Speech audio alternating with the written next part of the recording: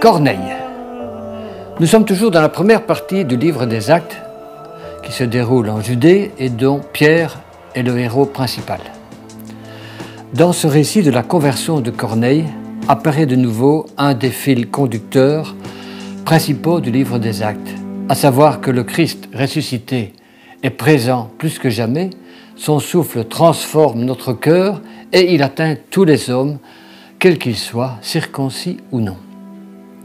Maintenant, seconde étape, après la Pentecôte, c'est sur un païen, un non-circoncis, que l'Esprit Saint tombe, un habitant de Césarée, une métropole construite pour les Romains près de la mer. Évidemment, cet événement provoque la stupéfaction, voire même l'indignation des Juifs convertis à Jésus, les judéo-chrétiens. Comment Pierre a-t-il accepté de se souiller en entrant chez de telles personnes, qui plus est de manger à leur table, d'ingurgiter des aliments non cachers? Il faudra bien que Pierre leur partage une vision qu'il a eue et où par trois fois, il lui était ordonné de manger une telle nourriture. Il faudra bien qu'il leur explique aussi que ce païen lui avait envoyé 3 hommes pour venir le chercher. Et car ce païen avait eu lui aussi une intuition mystérieuse lui disant d'aller chercher un certain Pierre en séjour à Joppé, une autre ville maritime un peu plus loin en Judée.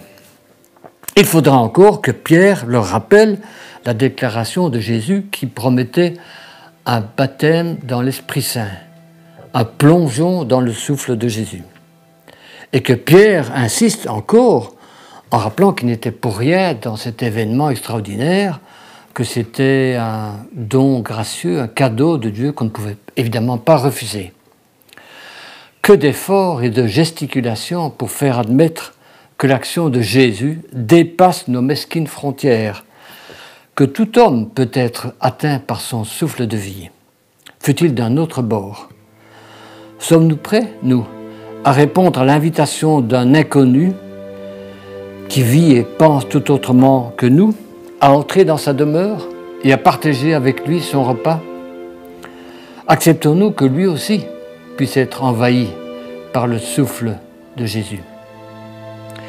Et comme Corneille, pouvons-nous, nous aussi, écouter les mystérieux messages qui nous sont envoyés?